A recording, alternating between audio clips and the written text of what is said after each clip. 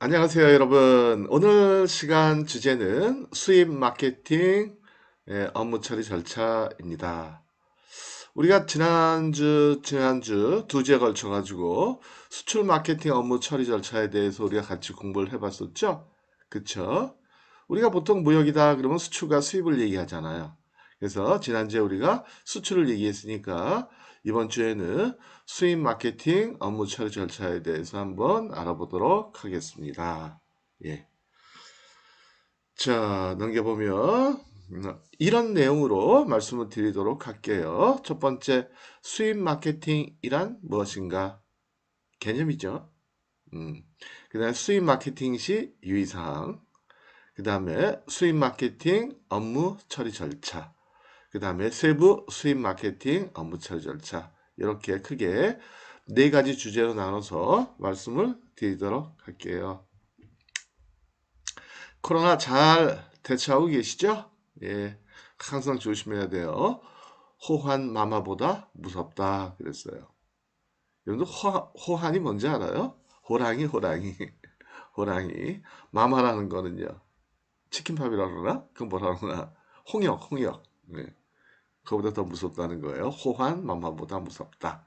뭐가요? 코로나가. 예.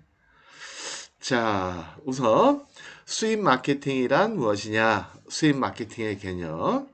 자, 수입 마케팅이란 국내 시장 조사를 완료한 수입 회사가 해외의 믿을 만한 공급업체로부터 제품을 수입하여 국내에 공급하는 일련의 과정이다. 그렇게 얘기할 수 있다는 거예요.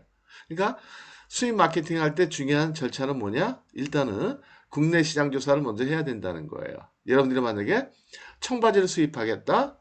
아니면 뭐 요새 같으면 그 유럽에서 그 드레싱 같은 거 야채 이렇게 뿌려가지고 먹는 드레싱 같은 거 이런 것도 많이 들어요. 소스류라든지 이런 것들 이런 거 여러분들이 혹시라도 유럽에 뭐 여행을 가거나 아니면 교환학생을 갔다 고 연수를 갔다 왔는데 현지에서 봤더니 괜찮은 거예요.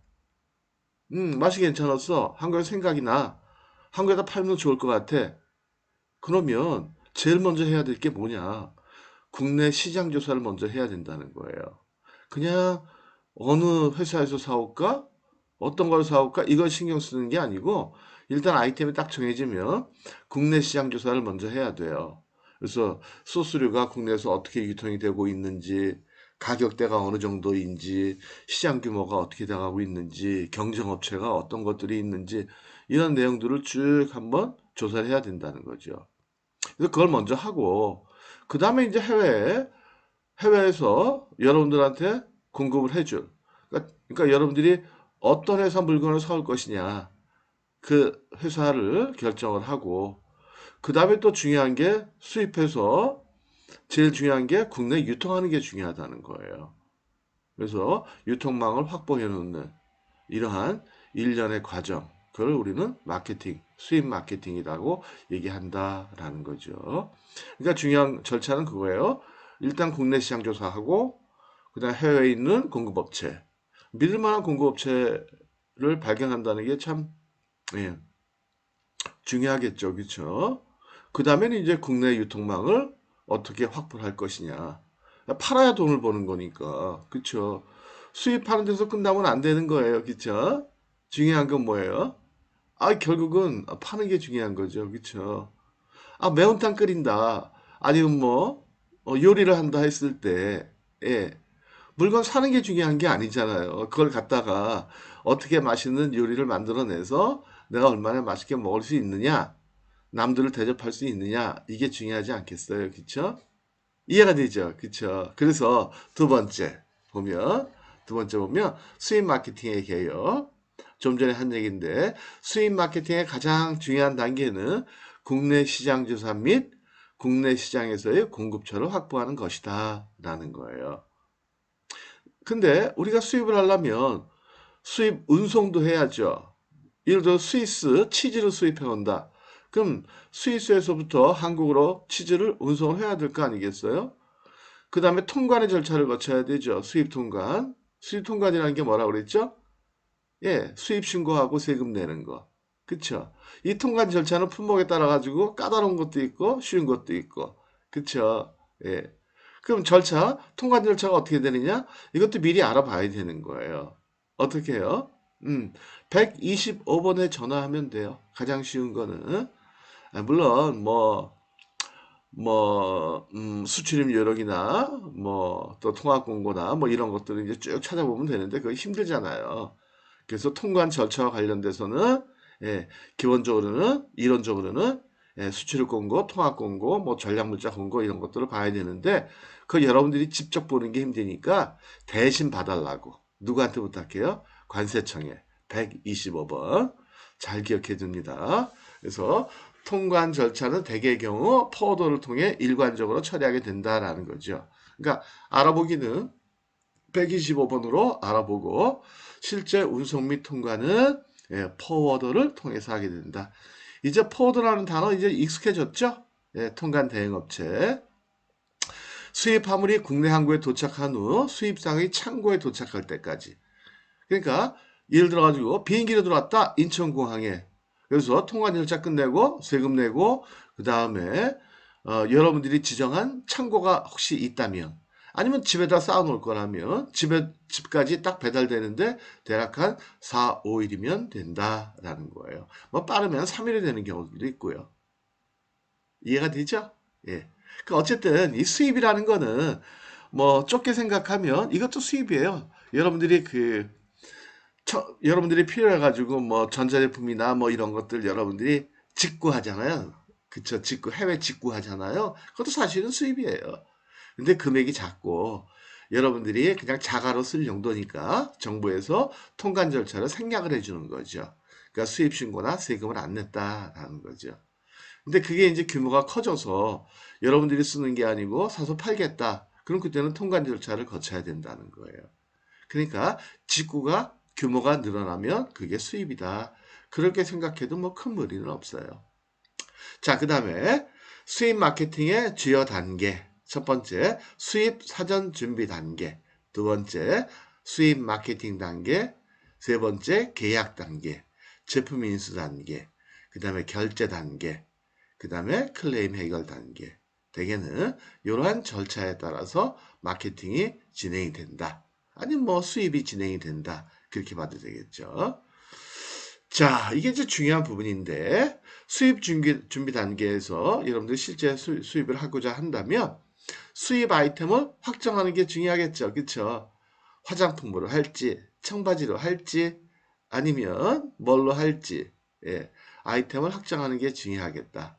그러니까 이 아이템 보는 눈을 여러분들은 예, 예, 굉장히 날카롭게 가지도록 노력을 해야 돼요.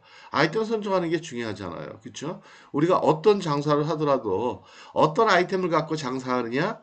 그게 중요하잖아요. 그죠? 그래서 아이템이 있는 사람은 장사를 하는 거고 아이템이 없으면 장사 못 하는 거예요. 그래서 어쨌든 아이템 정하는 게 중요하다라는 거고요. 그 다음에 수입 요령을 확인해야 된다라는 거예요. 수입 요령. 수입자의 요건이라든지, 그 다음에 통관 절차라든지, 인증이나 검사나 이런 것들이 뭐가 필요한지 확인을 한다. 어떻게 확인하면 된다고요? 뭐라 그랬어요? 전화하면 된다고 그랬죠. 전화 주세요. 몇 번으로? 125번으로. 125번으로. 그 다음에 이제 국내 시장 조사가 중요하다고 그랬죠. 예, 그래서 유통망을 확보한다. 이게 중요하다는 거예요. 그 다음에 수입 마케팅 단계에서는요. 해외 공급업체를 발굴해야 되겠죠. 예, 어떻게 발굴하면 돼요? 네이버 아니면 네이버는 좀 그렇네. 구글이나 야후나 이런 데서 일반 검색하거나 아니면 그 전문 사이트가 있어요. 해외 제조업체나 유통업체를 찾을 수 있는 어떤 사이트냐면 사이트 이름이 compass.com compass.com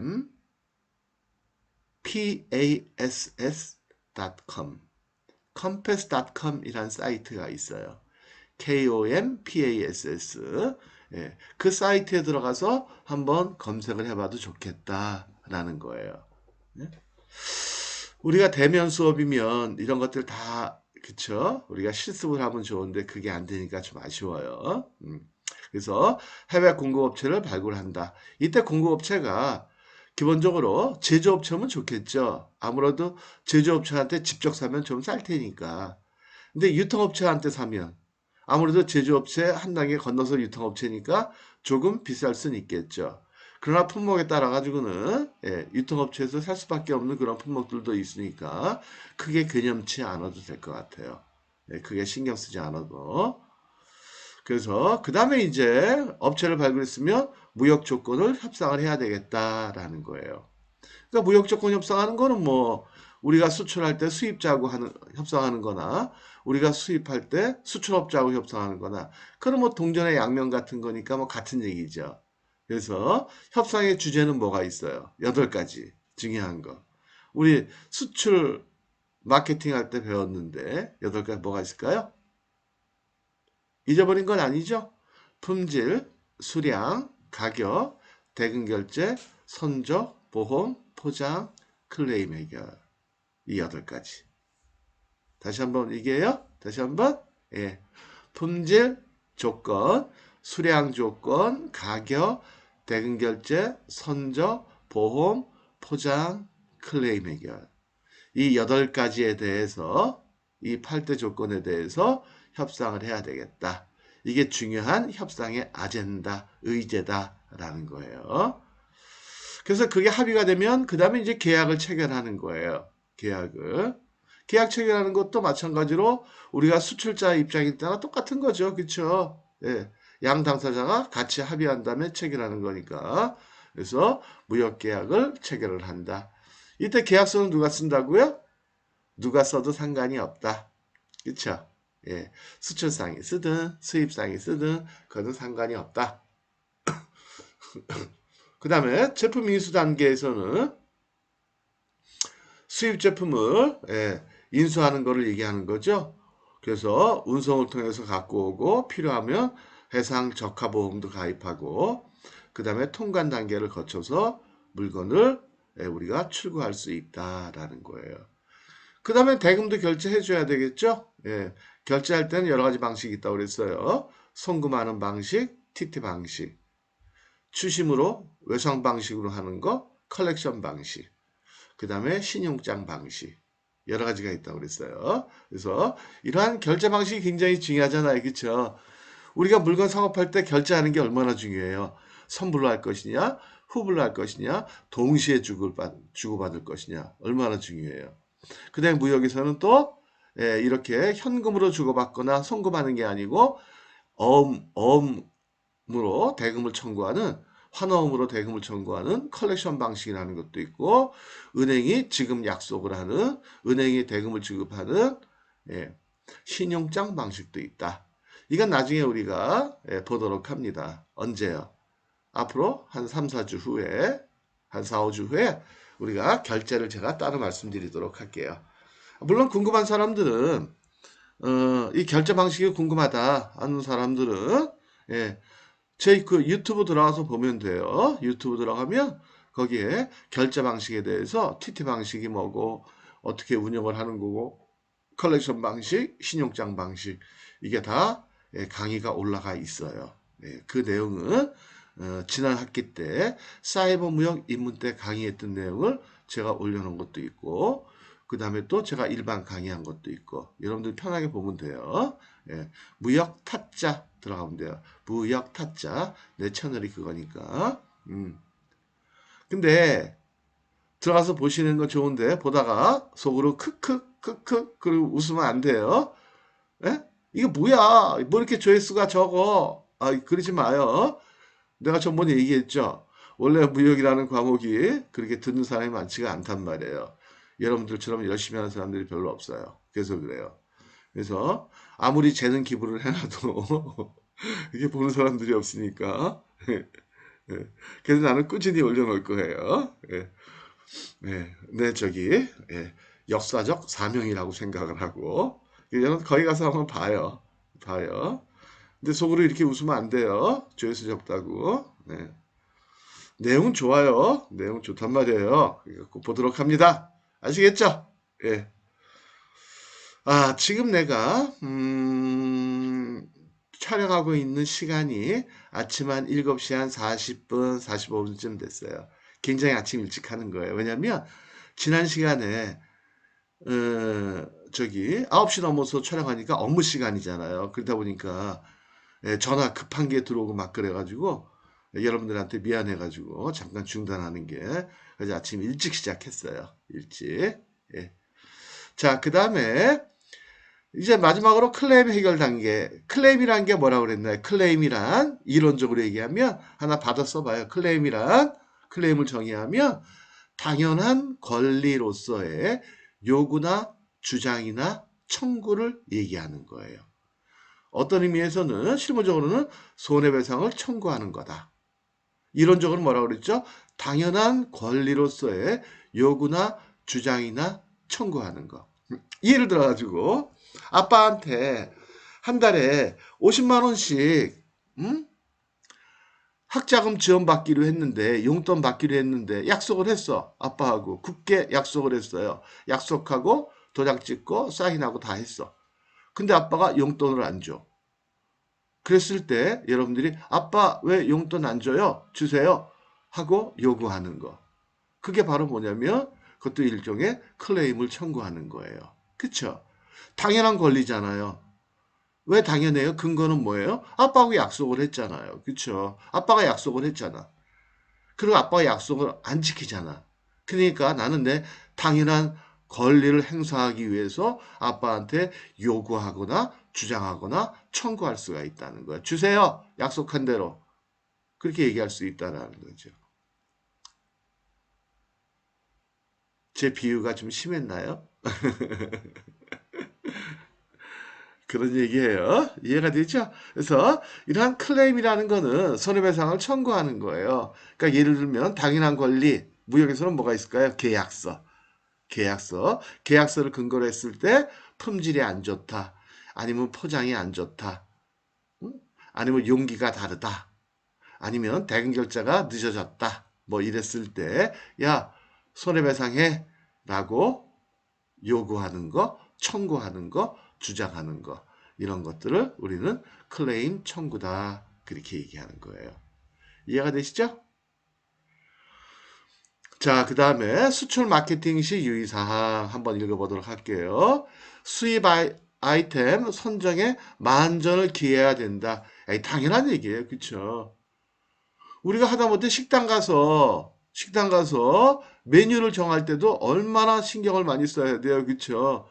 순간에 혹해가지고 이거 짜장면 얘기를 했는데 상대방이 짜장면 먹는 거 보니까 아이씨 나도 짜장면 먹을 걸 나는 짬뽕 시켰는데 그런 것도 후회가 되잖아요. 그죠? 그 별것도 아닌데 그렇잖아요. 그죠? 음. 그래서 아이템 선정하는 게 중요하다 하는 거예요. 내가 아닌 제3자의 추천만 믿고 단순히 결정해서는 안 된다라는 거예요. 그쵸? 사람마다 다 식성이 다른 건데 남들이 맛있다고 그래가지고 그거 따라 시키면 되겠어요. 그쵸? 예. 내가 좋아하는 걸 시켜야지. 그 다음에 직수입을 할지 아니면 수입 오파상의 역할만 하고 커미션을 수익으로 취할지 결정한다라는 거예요. 그러니까 내가 내 돈 주고 수입해서 내 책임하에 사업을 진행하는 거, 유통을 진행하는 거, 직수입. 연결만 시켜주고 국내에 소개만 시켜주고 유통업체한테 소개시켜주고 커미션 받는 거 오파상 어떻게 할지 결정하자. 직수입하게 되면 모든 게 다 내 책임이잖아요. 자금에 대한 책임, 품질에 대한 책임, 유통에 대한 거. 그쵸? 그 다음에 또 나중에 안 팔리면 악성 재고 남고 막 그러잖아요. 그쵸? 예. 근데 수요 오파상 하게 되면 그런 걱정은 없다라는 거죠. 소개만 시켜주니까. 그쵸? 예, 예. 내가 좋아서 만나서 결혼하면 평생 내가 책임을 져야 돼요. 그쵸? 근데 내가 누구 소개시켜주면 내가 책임질 일은 없어. 그쵸? 그럼 둘이서 알아서 할 일이고. 무슨 얘기인지 알죠? 그쵸? 예.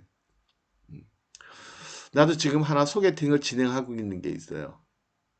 아니, 오해하지 말고 내가 소개팅 받는다는 게 아니고 내가 좋아하는 젊은 그 청년이 있어요. 또 내가 좋아하는 젊은 예, 여자 청년이 있어요. 여성 청년이. 두 사람 내가 지금 연락처를 서로 알려줬어요. 그래서 이번 주에 서로 연락하고 둘이서 만날 수 있도록. 예. 그동안 내가 한 대여섯 쌍 이렇게 했는데 다 잘 살아요. 예.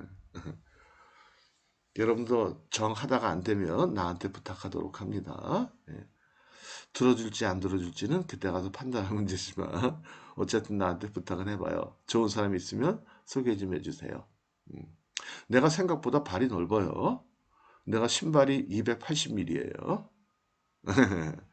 자, 그 다음에 직수입의 경우는 국내 유통에 대한 확실한 방안이 마련되어야 되겠다라는 거예요.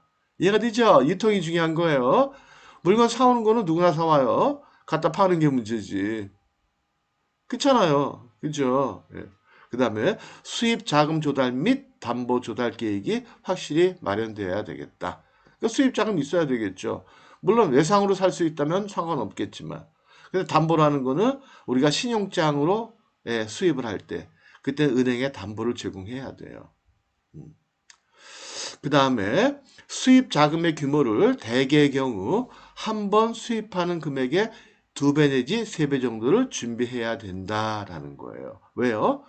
국내에서 물건을 내가 판매한 뒤에 판매 대금을 회수하는데 시간이 좀 걸려요. 한두 달씩. 그 다음에 또 물건이 잘 팔리고 있다 그러면 다음 것도 오다 해야죠. 그러니까 한 번 수입하는데 소요되는 금액이 한 2, 3배 정도는 자금을 준비해야 되겠다. 그래서 내가 한 번에 500만 원어치씩 수입하겠다? 그럼 적어도 1000만 원, 1500만 원 준비해놔야지. 예. 그래야지 원활하게 경영이 된다라는 거예요. 그쵸? 여러분들 흑자도산이라는 얘기 알아요? 흑자도산. 흑자도산 뭐예요? 분명히 수치상으로는 흑자가 났어. 근데 회사 운영이 안 되고 회사가 문을 닫아요. 그건 뭐예요? 물건을 잘 팔긴 팔았는데 돈이 회수가 안 된 거야. 그쵸? 그래서 외상 매출금은 많은데 돈이 회수가 안 되니까 캐시플로우 안 좋아지니까 캐시플로우 안 좋아지니까는 어쩔 수 없이 동산한단 말이에요. 그래서 자금 계획을 잘 세워야 된다. 그 다음에 수입 마케팅 계획 수립 시 예상 마진율을 30% 이상.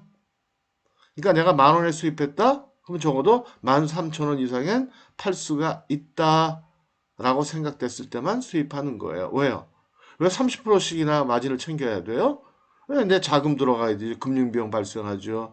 그다음 뭐 사무실 뭐 관리하는 비용 들어가죠. 여러 가지 비용들이 많이 들어간단 말이에요. 그렇죠? 영업비용 같은 거 들어가고. 그래서 30% 이상, 30% 이하다. 그러면 수입하면 안 돼요. 그렇죠? 그리고 또 실제로 예상 마진을 30% 했는데 실제 수입했을 때 30%가 되느냐 안 되느냐? 그건 또 다른 문제예요. 그것도 골치 아픈 문제라고. 그렇죠? 그 다음에 국내 판매 후 대금 미회수의 위험 및 미판매 재고를 감안해야 된다. 그래서 30%가 중요하다는 거예요. 미판매 재고, 악성 재고. 이 재고 때문에 망하는 수입업체들 엄청나게 많아요. 난 많이 봤어. 많이 봤어요. 그 나도 그런 일을 당해봤어요. 예전에 내가 미국에서 뭘 수입했냐면 의류를 수입했어요. 의류를. 누구하고 동업을 같이 해서 누구냐면 예, 지금 최근에 뜨는 나이든 가수 있죠? 미국 출신. 예? 미국 교포 가수. 그쵸? 알아요? 누군지? 머리 길고 레베카 노래 부르고. 알아요? 예. 그 엄마하고 같이 했어요. 그 친구도 같이 하고 나보다 한 10살 이렇게 어릴 텐데. 예. 갤러리 백화점 장사를 했거든요. 괜찮았어요. 매출도 좋고. 예?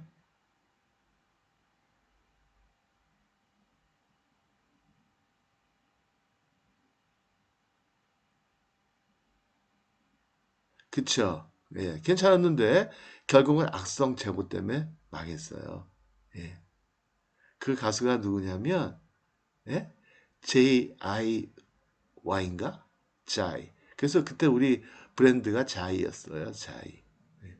여러분들 그거 모르죠? 내가 옛날에 음악한 거. 아주 세게 했었어요. 그룹 사운드. 밴드 했었어요. 밴드. 젊었을 때. 여러분들 나이 정도 때. 그때. 한 5년 정도? 내가 프로도 했었어요. 프로도. 내가 우리 그 밴드 이름 얘기하면 여러분들이 알 수도 있어요. 예. 근데 얘기 안 해요. 나중에 조금 더 친하면 얘기할게요. 얘기하지 말라고요? 알았어요. 빨리 진도 나갈게요. 그 다음에 수입 원가 및 판매 가격에 대한 정확한 결정이 필요하다. 그쵸? 수입 원가 계산 잘해야 돼요. 그쵸? 예. 물건값만 하면 안 되겠죠. 운송비나 보험료나 아니면 또 인커텀즈 조건에 따른 운송비, 보험료, 그 다음에 또 뭐가 있어요? 통관할 때 세금 이런 거 계산 잘해야 돼요. 그 계산 잘못하면 나중에 큰 거 다치는 일이 있어요. 그 다음에 판매 가격의 경우 유통 단계별로 가격을 달리해야 된다. 이건 당연하겠죠. 그쵸? 그쵸? 소매 가격, 도매 가격 이거 다 달라야 되잖아요. 유통업자끼리 거래하는 거 이거 다 달라야 되잖아. 그쵸? 이해가 되죠? 그쵸? 예. 어렵지 않죠? Think together. 수입상과 수입오파상과의 차이점에 대해 생각해 봅시다. 이거 헷갈린 사람들 많아요. 근데 별거 아니에요. 내가 내 돈 주고 내가 사다가 내가 팔면 수입에다 팔면 수입상. 그쵸? 단순히 거래 알선만 시켜주고 커미션 받으면 오파상. 그렇게 얘기하는 거예요. 근데 요새는 뭐 오파상이다 아니면 수입상이다 이게 법적으로 구분된 것도 아니고요. 그 다음에 실전에서도 보면 꼭 뭐 오파상만 고집하는 사람, 수입상만 고집하는 사람도 있기는 하겠지만 대개는 그냥 뭐 이것도 하고 저것도 하고 그래서 별 차이도 안 난다. 그런 경우들도 있다라는 거예요. 그러나 명확하게는 구별하면 달라요. 수입상은 자기 책임하에 자기 자본으로 하는 사람들이고 오파상은 거래 알선만 해주는 사람들이다라는 거예요. 해외에 있는 물건을 국내에 소개해주고 국내 업체하고 계약하도록 만들어주고 커미션만 받는 사람들. 이건 명확한 얘기예요. 명확한 얘기예요. 근데 실전에서는 이것도 하고 저것도 하고 한 회사가 뭐 오파상, 수입상 이것들을 그냥 섞어가지고 하더라 그런 얘기예요. 이해가 되죠? 그 어떤 친구가 또 그것도 물어봤어요. 총판 뭐 이런 거 보라는데 총판이라는 거는 그거는 뭐 수입상일 수도 있고 오파상 역할을 할 수 있고 어쨌든 그거는 뭐냐면 해외에 있는 업체와 독점 계약을 체결하고 국내에 공급하는 거를 예, 총 전체 토털리 맡아가지고 하는 사람들을 얘기해요. 국내에서도 그렇잖아요. 국내에서도 어떤 기업체가 자전거를 만드는 기업체다. 근데 그 기업체는 자전거를 만들기만 하고 판매는 전국의 판매권, 총판권은 딴 사람한테 줄 수도 있겠죠. 그래서 총판이란 말은 무역에서만 꼭 쓰는 건 아니에요. 국내 업체들끼리도 거래할 때도 야, 총판권 너한테 줄게. 총판권 주는 대신에 뭐 한 달에 뭐 5억 이상 팔어. 뭐 이런 식으로. 그러니까 수입품도 마찬가지죠. 예. 그러니까 수입업자가 해외업자를 대신한 국내의 총판권자가 될 수도 있고 또 이렇게 수입업자가 수입해가지고 국내에 또 다른 사람한테 총판권을 줄 수도 있는 거고요. 이해가 돼요? 이해가 돼요? 네. 자, 그 다음에 수출 마케팅 업무 처리 절차 좀 자세히 살펴보도록 합니다. 수입 품목 선정 및 수입 모델을 결정을 한다. 수입 품목 선정 및 수입 모델을 결정을 한다. 그래서 국내 수입상이 외국의 제품을 국내로 수입 유통할 제품을 선정하고 직수입하여 마진을 남길지 수입 거래 알선만 하고 수수료를 챙길지 그러니까 오파상 역할을 할지 여부를 결정하는 게 중요하다라는 거예요. 무슨 얘기인지 이해가 되죠? 내가 내 돈 내고 좀 모험적이지만 내가 직접 할 거야. 리스크도 내가 테이킹하고 그냥 프로핏도 내가 다 테이킹할 거야.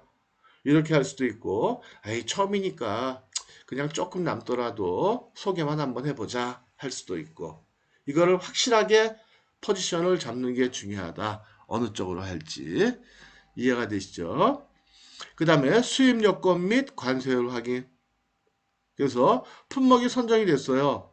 그럼 수입 요건, 관세율을 확인을 해야 돼요. 수입 요건이란 건 뭐예요? 수입 절차가 어떻고, 수입자의 요건이 어떻고, 뭐 여러 가지들. 예. 자, 이럴 때 반드시 품목에 대한 HS 코드를 확인해야 된다고 그랬어요. 여러분들이 만약에 화장품을 수입하겠다. 그러면 HS 코드 10자리를 확인해야 돼요. 기초 화장품이다. 그러면 3304-991000 이런 식으로 확인을 해야 돼요. 어떻게 확인하면 된다고 그랬죠? 어떻게 확인하면 돼요?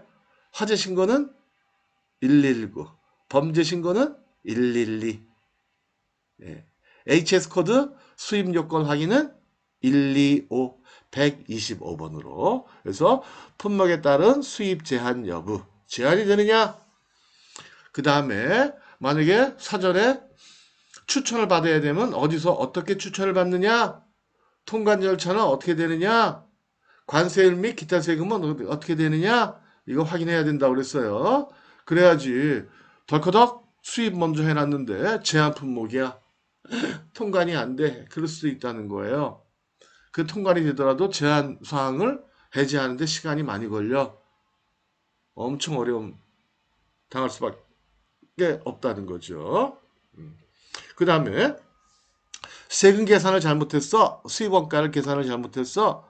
팔아봐야 손해보는 거예요. 그 다음에 세 번째는 국내 시장 조사 및 유통망을 확보한다. 그래서 수입 전에 국내 경쟁업체, 그 다음에 유통망, 뭐 가격, 그 다음에 시장 규모 이런 것들을 다 확인을 하고 그 다음에 유통을 어떻게 할지 확실히 유통 방안을 마련을 해야 되겠다라는 거예요. 이해가 되시죠? 그 다음에 네 번째는 해외 공급선을 확보한다라는 거예요. 그래서 해외 공급업체를 찾아내야죠. 찾아내야죠. 그쵸? 그쵸? 예, 그래서 제조업체를 찾든 유통회사를 찾든 해외 공급선을 찾는다. 그래서 어떻게 찾는다고 그랬어요? 예, 구글이나 야후를 통해서 일반 검색을 하거나 아니면 compass.com, compass.com 이란 사이트 아니면 무역 전문 거래알선 사이트들 있죠. 우리 수출 마케팅 할 때 거래알선 사이트라는 거 얘기했잖아요. 그쵸? 그 사이트에다가 수입하는 거는 아주 편해요. 거기다가 내가 바이어라고 해서 아이템을 포스팅을 시켜 놓으면 돼요. 그럼 제조업체들이 엄청 연락 와요. 그것도 괜찮네. 네. 그 유료 사이트지만 무료 회원 가입해도 수입하는 경우에는 예, 아주 여러분들이 수월하게 그 사이트를 사용할 수가 있어요. 그거 한번 해봐요. 그거. 그래서 거래알선 사이트에다가 수입하겠다고 포스팅을 해놓는 거. 그것도 좋네. 아주 좋네. 그 다음에는 트레이드 인콰이리를 발송한다. 인콰이리라는 게 뭐냐면 수입 의향서예요. 수입 의향서. 그래서 여러분들이 야후나 구글로 해외 공급업체를 찾게 되면 예, 그쪽에다가 편지를 보내는 거예요. 나는 이러이러한 사람이다. 내가 니네 회사 제품에 관심이 있다. 어디를 통해서 니네가 그런 거를 취급한다는 걸 알게 됐다. 나는 관심이 있다. 그러니까 이러이러한 내용에 대해서 예를 들면 가격이나 이런 것들 니네 거래 조건을 좀 알려줘라. 아니면 관심이 있으니까 너도 관심이 있다면 나한테 답장을 줘라. 이렇게 보내놓는 거예요. 보내놓고 나서 답장이 오면 그다음부터 무역 조건을 협상하기 시작하는 거죠. 그래서 어쨌든 트레이드 인콰이리 그러면 거래 제안서 아니면 뭐 거래 의향서 뭐 수입 거래 제안서 뭐 여러 가지로 국내 우리나라 말로 번역할 때는 딱히 어떤 말로 번역한다라는 게 정립은 안 돼 있더라고요. 그냥 인콰이리 그렇게 기억하시면 될 것 같아요. 그래서 수입에 따른 문의 편지다. 이메일로 보내면 되겠죠. 그렇죠? 예. 이해가 되시죠? 자, 좀 힘들죠? 기지개 한번 합니다. 기지개 한번. 기지개 한번. 한 30분 이렇게 계속 봤으니까. 자, 눈도 한번 깜빡깜빡. 눈도 깜빡깜빡. 그 다음에, 예, 손을 높이 들고, 머리 위로. 그 다음에 옆으로. 예. 그 다음에 숨도 한번 이렇게 푹 쉬어보고요. 아, 요럴 때 내가 컴퓨터를 잘 다루면 음악 하나 딱 틀어주면 좋은데, 그쵸? 내가 그걸 못해. 그걸 내가 한번 좀 누구한테 좀 배워볼게요. 예? 누가 아는 사람이 있으면 나한테 좀 얘기를 해주든지요. 예? 컴퓨터 잘하는 사람들 있으면, 예. 그래서 음악도 좀 탁 배경 음악 깔고 그러면 좋을 텐데, 그죠? 자, 이제 여러분들 제 목소리가 좀 익어졌어요. 얼굴도 그렇고, 그쵸? 비대면으로 계속 해가지고 좀 어색하긴 한데, 그래도 조금 좀 편해졌나요, 이제? 나는 많이 편해졌어요. 나는. 편해졌어요. 여러분들도 전번에 내가 얘기한 것처럼 시간 되면 나한테 한 번씩 전화들 해요. 나 여러분들이 생각하는 것만큼 그렇게 바쁜 사람 아니에요. 내가 하는 일은 뭐 별거 있어요?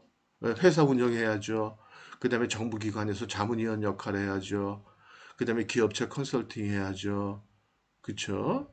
그 다음에 또 유관기관, 어, 또 전문위원 역할 하죠. 그 다음에 뭐 중소기업체들 뭐 코칭하죠, 멘토링하죠. 그 다음에 또 수출해야죠, 수입해야죠. 그쵸? 그 다음에 또 따로 이렇게 강의도 해야죠. 뭐 회의도 해야죠. 나 별로 하는 일 없어요. 별로 하는 일 없어요. 그러니까 농담이에요. 아 진짜 그 일하는 건 맞고. 근데 그러나 시간 많아요. 여러분들 전화 받을 시간이 있어요. 그날 여러분들하고 대화하는 게 참 재밌어요. 지금 한 대여섯 친구 정도가 나한테 전화를 했었거든요. 물론 뭘 요청하는 거였었지만 뭐 잘해 요청하고. 근데 또 묻는 경우도 있었고. 네. 그러나 대화하니까 참 좋더라고. 전화해주면. 근데 왜 여러분들은 아 이거 패기 치는 거 아닌가? 그렇게 바쁘신 분인데 아니에요. 그렇게 안 바쁘다니까. 그냥 혼자 다 할 수 있는 일들이에요. 예? 그래서 혹시 내가 금방 전화 못 받으면 한양대 이렇게만 해가지고 문자 보내줘요. 그럼 내가 금방 여러분들한테 call you back 전화해 줄게요. 예. 자, 이제 또 계속하도록 합니다. 한 번씩 꼭 전화해요. 그 다음에 여섯 번째, 무역 조건 협상 및 샘플을 입수한다. 그래서 수입에 따른 제반 조건에 관한 협상을 한다 그랬죠. 그쵸? 그 제반 조건 8가지가 뭐다?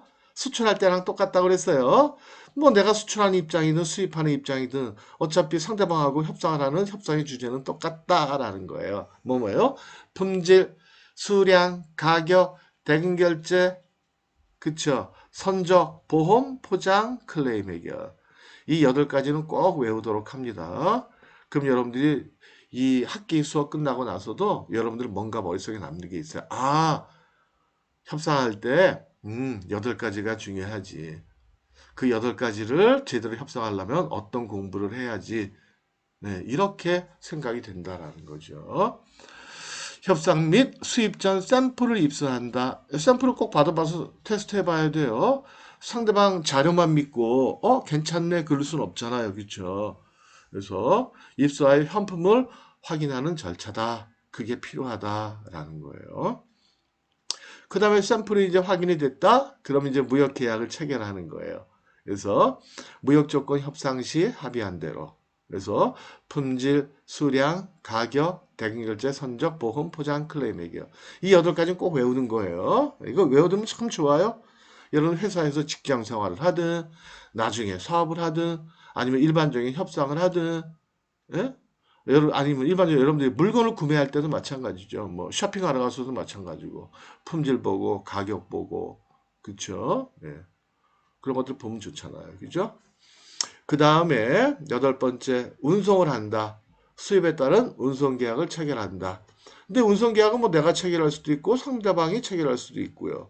그렇죠. 운송 계약은 누가 체결하는 거예요? 그건 인커텀즈에 따라 가지고 다른 거예요. 여러분들이 만약에 여러분들이 지금 이제 수입하는 거니까 수입한다 그러면 예를 들어서 이 조건이나 X 조건이다. 그러면 운송 계약은 이 조건이나 F 조건이다. 그러면 운송 계약은 바이어인 여러분들이 체결해야 돼요. FOB나 CIF, FOB, 다시요. 이 조건이나 F 조건, EXW나 FCA나 FOB나 FAS 이런 조건으로 만약에 계약을 했다. 그럼 운송계약은 여러분들이 체결을 해야 돼요. 체결을 해야 돼요. 그 다음에 C 조건이나 D 조건이다. 그러면 C 조건은요. 어떤 조건들이 있어요? CFR, CIF, CPT, CIP. D 조건은요. DAT 혹은 DAP, DAT 아니면 2020년도에서는 인커텀즈에서는 DAT가 DPU로 바뀌었잖아요. 그렇죠? 그래서 2010년도 인커텀즈를 활용하면 DAT, 2020년도 거를 활용한다 그러면 DAT에 해당되는 2010년 20년도의 조건은 DPU. 그다음에 뭐 DAP, DDP. 그러니까 C 조건이나 D 조건으로 여러분들이 수입 운송 계약을 했다. 그러면 그때는 운송 계약은 그때는 상대방 셀러가 체결하는 거예요. 그리고 여러분들한테 BL이라는 선화증권을 보내오게 돼요. 그럼 그걸로 물건 찾으면 돼요. 자, 이것도 마찬가지예요. 인커텀즈 여러분들이 지금 공부해야 되거든요. 근데 지금 진도상, 순서상 아직 못하고 있는데 나중에 하겠지만은 미리 여러분들이 해두면 앞으로의 공부에도 도움이 되고 반드시 언젠간 해야 될 거고 하니까 예. 유튜브 무역 타짜에 들어가서 예. 거기 인커텀즈 내가 강의해 놓은 게 있거든요. 1시간 정도 될 거예요. 예, 꼭 한번 보도록 합니다. 무역하는 사람이 인커텀즈를 모른다? 그건 말도 안 돼요. 왜냐면 인커텀즈라는 게 뭐예요? 인커텀즈라는 게 국제 규칙이잖아요. 국제 규칙인데 뭐에 대한 국제 규칙이에요? 운송에 따른 셀러 바이어 의무를 다양하게 구성해 놓은 국제 규칙이에요. 따라서 인커텀즈를 알아야만 CIF로 한다 그러면 운송계약은 누가 체결하고 운송비는 어떻게 분담을 하고 운송에 대한 책임은 어떻게 되고 그다음에 수출 수입 통과는 어떻게 되고 그걸 알 수가 있다고요. 여러분들 꼭 한번 보시기 바랍니다. 시간도 오래 안 걸린다니까요. 1시간이면 돼요. 음, 무역 타짜 보면서 비웃기 없기예요. 비웃기 없기. 왜 이렇게 조회수가 저거? 예. 아, 내가 무슨 자격지심이 있나? 왜 자꾸만 얘기를 하지? 그쵸? 이제 얘기 안 해요. 자신 있게 얘기할 거야. 이제 자신 있게. 보세요. 보고 미리 공부해요. 알겠죠? 예. 자, 그 다음에 대금결제하는 방식도 여러 가지가 있다고 그랬어요. 이것도 미리 공부해요. 예. 그 다음에 수입통관이라는 게 뭐야? Custom clearance, customs clearance, customs clearance, clear the customs. 예. 세관을 통과하는 일을 얘기하는 거예요. 그래서 수입 통관이라는 거는 수입 신고하고, 그쵸? 수입 절차에 따라서 검사를 받고, 그 다음에 세금 내고, 물건 찾고 하는 일련의 절차. 그래서 수입품이 국내에 도착한 후 수입 신고 및 세금을 납부하는 거다라는 거예요. 그래서 근데 여러분들이 수입이나 직구나 똑같다고 그랬죠. 근데 뭐가 차이가 있다고요? 직구하게 되면 여러분들이 여러분들이 사용할 제품이라면 뭐 청바지 한 벌 구매했다 직구로 그럼 그때는 수입 통관이 면제가 되는 거예요. 근데 그러나 이제 물량이 늘어나면 반드시 수입 신고하고 그 다음에 세금을 내야 된다라는 거죠. 이해가 되죠? 그 다음에 이제 국내 공급하는 거죠. 뭐 수입 통관된 제품을 출고하여 국내 수요처에 공급한다라는 거죠. 이해가 되죠? 자, think together. 독점에 관한 계약을 체결 시 중요한 협상의 내용은 무엇일까요? 뭘까요? 독점에 관한 계약을 체결할 때 중요한 협상의 내용. 일단은 제품의 범위. 어느 제품을 수입할 것이냐. 지금까지 출시된 제품만 할 것이냐. 향후 출시되는 제품도 할 것이냐. 그 다음에 또요. 독점 기간을 어디로 할 것이냐. 그 다음에 독점 지역. 독점 지역도 중요하죠. 테리토리. 한국으로 할 것이냐, 서울만 할 것이냐. 그렇죠? 아니면 일본까지도 할 것이냐. 그 다음에 연간 최소 수입량. 연간 최소 수입량. 그 다음에요. 갱신. 계약의 종료. 계약의 갱신 뭐 이런 것들이요. 이런 것들이 중요한 내용이겠죠. 다시요. 뭐가 중요하다고요? 지역, 독점 지역. 그 다음에 독점 제품의 범위, 배표의 범위, 그 다음에 독점 기간, 갱신 기간을 포함해서, 그 다음에 최소 수입량, 그쵸? 그 다음에 계약의 종료, 어떤 경우에 계약은 종료가 된다. 뭐 이런 것들이 중요한 내용이 되겠죠. 그 다음에 OEM 및 ODM 계약 시 중요한 협상의 내용은 무엇일까? OEM이라는 게 뭐예요? OEM이라는 거는 Original Equipment Manufacturing. 우리나라 말로는요, 주문자 상표 부착 방식. Original Equipment, 장비를 얘기하는 거죠. Manufacturing. 그래서 이게 뭐냐면 한국말로는 주문자 상표 방식, 주문자 상표 부착 방식.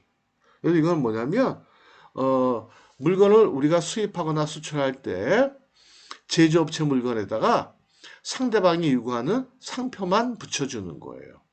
그러니까 만약에 내가 화장품을 수출한다, 싱가포르로 OEM으로 수출한다, 그랬을 때 싱가포르 바이어가 야, 이번에 상표는 브랜드는 예를 들어 가지고 엘리자베스라고 써줘. 그런 병에다가 엘리자베스 해가지고 상표만 부착해서 물건은 내가 만든 그대로 오리지널 이퀴프먼트, 원래 장비로 만든 그대로 파는 거를 얘기하는 거예요. 이해가 돼요? 만약 반대로 수입한다 그러면 여러분들이 수입하는데 예, 내가 꼭 쓰고 싶은 브랜드가 있어. 그럼 상대방 공급업체한테 얘기하면 되는 거예요.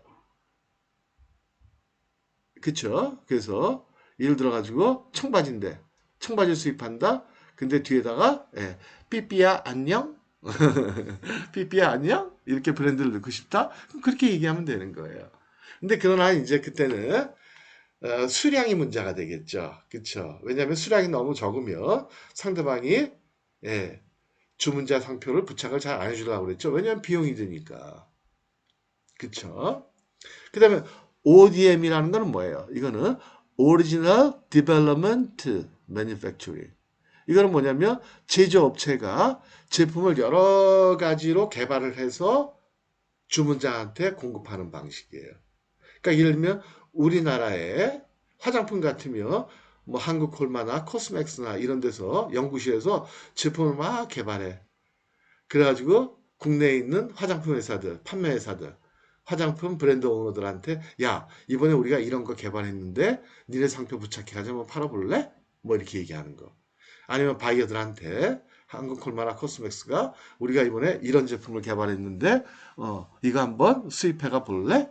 이런 방식으로 판매하는 거. 주문자 개발, 예, 판매 방식. 이게 ODM입니다. 잘 기억해둬요. OEM, ODM. 그 중요한 협상의 내용은 여러 가지가 있겠지만 일단은 수량에 관한 문제다. MOQ에 관한 문제다. MOQ. MOQ가 뭐라고 그랬죠? BBQ는 치킨이고, 예. MOQ는 예, 예, 예. 최소 주문량, minimum order quantity, minimum order quantity. 예. 그를 MOQ다 그렇게 얘기했어요. 그렇죠? 예. 자, 그래서 OEM 뭐라고 그랬죠? Original Equipment Manufacturing. ODM은요, Original Development Manufacturing. 그렇죠? 그래서 뭐가 중요하다? 최소 주문량이 중요하겠다. 비용의 문제가 발생을 하니까. 자, 그 다음에 자, 이제 마케팅 업무 처리 절차 우리가 기본적으로 쭉 한번 얘기를 했었죠? 여기까지. 근데 이제 실제 그러면 어떻게 그러한 절차를 어떻게 이행해야 되느냐? 좀 세부적으로 한번 알아보도록 합니다. 자, 먼저 수입 품목을 선정을 한다. 아까 선정을 해야 된다라는 건 얘기했는데 수익 모델을 결정한다라는 걸 얘기했는데 어떻게 하면 되느냐? 라는 걸 이제 얘기하는 거예요. 그러니까 세부적으로 절차를 다시 한번 얘기하는 거예요. 그쵸? 그래서 수입을 하고자 하면 먼저 수입하고자 하는 품목을 결정해야 된다. 당연한 얘기라고 그랬어요. 그쵸? 어떻게 결정하느냐? 첫 번째, 해외 전시회 한번 가보는 거예요. 해외 전시회. 그쵸? 뭐 화장품 그러면 미국 라스베가스 뭐 커스모 프로프라든지 뭐 홍콩에서 열리는 뭐 전시회라든지 뭐 싱가포르 전시회, 일본 전시회 이런 데 쭉 한번 가보는 거예요. 지금은 곤란하겠죠. 왜요? 코로나 때문에. 예. 그러나 전시회 참관하는 게 가장 그래도 내 눈으로 직접 보고 예, 판단할 수 있으니까. 그 다음에 그럼 어떤 나라에서 어떤 전시회가 언제 열리느냐 어떻게 확인하는 거냐 여기 보면 돼요. www.gp.or.kr 이 사이트에 들어가면 품목별 전시회, 지역별 전시회, 기관별 전시회 이걸 다 예, 검색할 수가 있어요.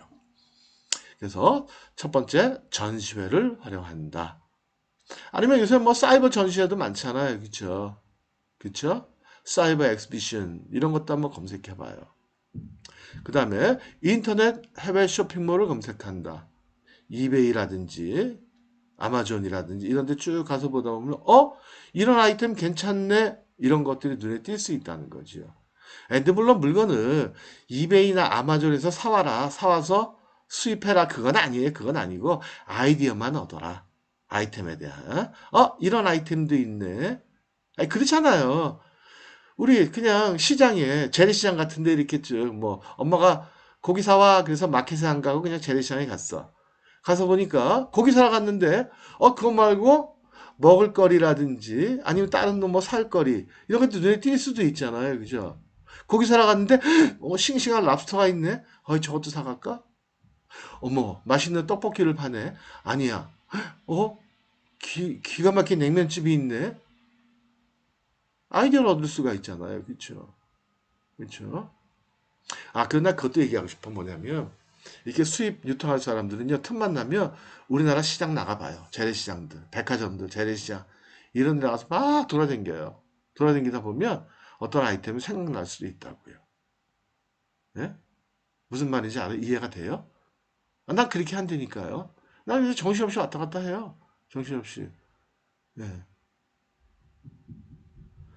그래서 그것도 괜찮더라라는 거예요. 그리고 또 하나 괜찮은 게 그것도 괜찮아요. 그 냉동, 냉동 어류 있죠? 냉동 생선, 냉동 생선. 뭐 동태나 뭐 오징어나 뭐 이런 것들 있잖아요. 이런 것들도 괜찮긴 해요. 난 옛날에 그 투나가 뭐죠? 참치. 참치를 내가 수입했었거든요. 냉동 참치. 괜찮았어요. 왜냐하면 보관 기간들이 길잖아요. 그죠? 마이너스 막 40도 이런 데서 막 그냥 돌덩이 바위덩어리처럼 막 그냥 보관을 하니까 잘 상하지도 않고. 그러니까 잠깐 시장이 안 좋더라도 잠깐 그거만 지나고 나면 나중에 또 시장이 가격이 좋아졌을 때 또 팔면 되니까. 이건 내가 예, 여러분들한테 팁을 한번 얘기해 본 거예요. 예. 자, 그 다음에 해외여행 시 현재 인터넷 쇼핑몰, 케이블 TV, 백화점, 유통상가. 나도 그래요. 나도 이제 출장 가게 되면 뭐 요새 한 1년은 못 갔지만 코로나 때문에 출장 가면 난 꼭 현지 그 홈쇼핑을 봐요. 보다 보면 정말 괜찮은 것들이 있어. 일본 갔을 때인데 그 물고기 수조 있잖아요. 어항. 그 정화장치. 거기다 맨날 그 물고기 기르면 귀찮은 게 그거 아니에요. 난 안 해봤지만은 물 갈아줘야 되고 산소 상태 유지시켜줘야 되고 이끼 안 끼어야 되고 이거를 벽돌 같은 거 하나로 해결을 하더라고. 그거 진짜 수입하고 싶더라고. 그걸 홈쇼핑에서 본 거예요. TV 홈쇼핑에서. 예. 그래서 나중에 봤더니 한국에 이미 누가 수입을 했더라고요. 잘 팔고 있더라고요. 예. 그런 것들도 있어요. 그래서 해외여행 시 현지의 인터넷 쇼핑몰, 케이블 TV, 그다음에 백화점, 유통상가. 해외 나가면 유통상가는 꼭 한번 가봐야 돼요. 음. 가봐서 돌아다니다 보면 좋은 게 눈에 띌 때가 있다니까요. 예. 이해가 되죠? 무슨 말인지? 예. 우리 남자친구, 여자친구 사귈 때도 그렇잖아. 집에 가만히 앉아가지고 자기 이상형만 생각하고 있으면 뭐해. 자꾸만 사람이 모인 데를 가야 될 거 아니에요. 그러면 이런 사람도 보고, 저런 사람도 만나고, 이런 말도 해보고, 저런 말도 해보고, 자꾸만 기회가 있어야 되겠죠. 그쵸? 예. 여러분들 이제 앞으로 빨리 이제 졸업하고 취업하고 이제 빨리 이제 좋은 사람들 만나서 결혼해야 되잖아요. 그쵸? 결혼 상대자로서 가장 1순위 어떤 사람이 좋을까요? 성격 좋은 사람이 최고예요. 인성을 봐야 돼요. 인성을. 음. 남자 여자 예쁘고 조금 덜 예쁘고 한 거, 에이 그거 나이 들면 다 마찬가지예요. 음. 엘리자베스 테일러, 비비안 리, 음? 소피 마르소. 무슨 얘기 하고 싶은 건지 알겠죠? 예. 인성이 좋아야 되더라고요. 그 다음에 또 상대방을 고를 때 전문성이 있는 직업을 가진 사람을 꼭 찾으려고 노력을 해야 돼요. 전문성이 있는 거. 특히 요새 같은 데는 AI 염두에 둬야 돼요. AI가 점령할 수 있는 직업의 분야가 이제 엄청 많거든요. 예를 들면 뭐 증권 관련된 분석가, 애널리스트들 있죠. 이런 사람들은 앞으로 버티기 힘들어요. AI 때문에. 뭐 그런 거. 회계사도 또 어떨지 몰라요. 그쵸? 자료만 집어넣으면 바로바로 그냥 AI가 엄청 빨리 할 거 아니에요. 그쵸? 경우의 수만 집어넣어주면. 그 바둑 봐봐요. 알파고 뭐 이런 거. 그렇잖아요. 그래서 어쨌든 전문성이 있는 인간으로서 할 수 있는 전문성 이런 것들. 음. 강의 이런 건 어떨까요? 강의 이런 거. 이건 그래도 좀 괜찮을 것 같아. 당분간은 그쵸? AI가 뭐 강의해봐야 강의라는 게 이건 뭐 정보만 전달하는 건 아니잖아요. 그쵸? 그쵸? 어떤 감정도 서로 이렇게 좀 왔다 갔다 해야 되는 거고, 그다음에 분위기도 전달이 돼야 되는 거고, 그다음에 또 어떻게 설명하느냐에 따라 가지고 느끼는 게 다르잖아요. 그쵸? 그죠? 네. 그런 것 같아요. 그다음에 국내 유통업체로부터 혹은 제조업체로부터 수입 의뢰를 받을 수도 있어요. 그쵸? 기존에 아는 회사가 야 수입 좀 해줄래? 라고 얘기할 수도 있다는 거죠. 그 다음에 평소 자신이 관심을 갖고 있는 품목들, 직장 경험이나 취미나 특기나 아니면 여러분들 같은 경우에 그 취미 있잖아요. 여러분들 취미. 난 그것도 봤어요. 여러분들